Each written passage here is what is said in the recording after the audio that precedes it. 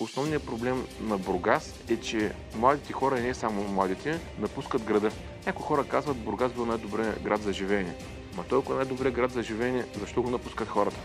Те го напускат поради една и съща. Какво ще направите вие, за да не го напускате? Аз ще реализирам всички 10 точки от плана Бачийски. Първите две ги споменах. Третата е свързана с разширяване на КПП Малко Търново и изграждане на 4-лентовия път до там. Между другото и сега община Бургас разправя за този път от много години, но докато аз не станах народен представител, не почнах от министерство на министерство да ходя и да бутам тази точка да се реализира, този проект да се реализира. Работите ни бяха мръднали, даже не го бяха начертали пътя на карта. Заедно с Министерството на транспорта, с министъра и с замминистъра ходихме на няколко международни срещи с Турция, където подписахме разширяване на КПП Малко Търново и почването през това КПП да се обслужват и товарни потоци, тъй като сега само пътници минават през него. Там в същото споразумение подписахме и за пръв път международен документ между двете държави, изграждане на КПП на Резово, т.е. получване за изграждане на КПП на Резово. Те са много други неща, които икономически ще заживят региона и някои от тях са директно свързани с общината, като проекта в Равнец, като това какво се случва около пристанището, тъй като общината е заинтересована страна и има значение нейната позиция. Аз доста години се борих специално за Равнец, 3 пъти спасявам Равнец през последните 4 години и накрая си казах защо да се боря с тази общинска администрация,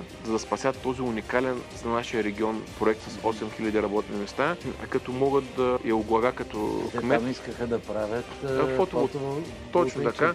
Да. Първият проект беше за 40 работни места, половината от които бяха читачи на фотоволтаиците.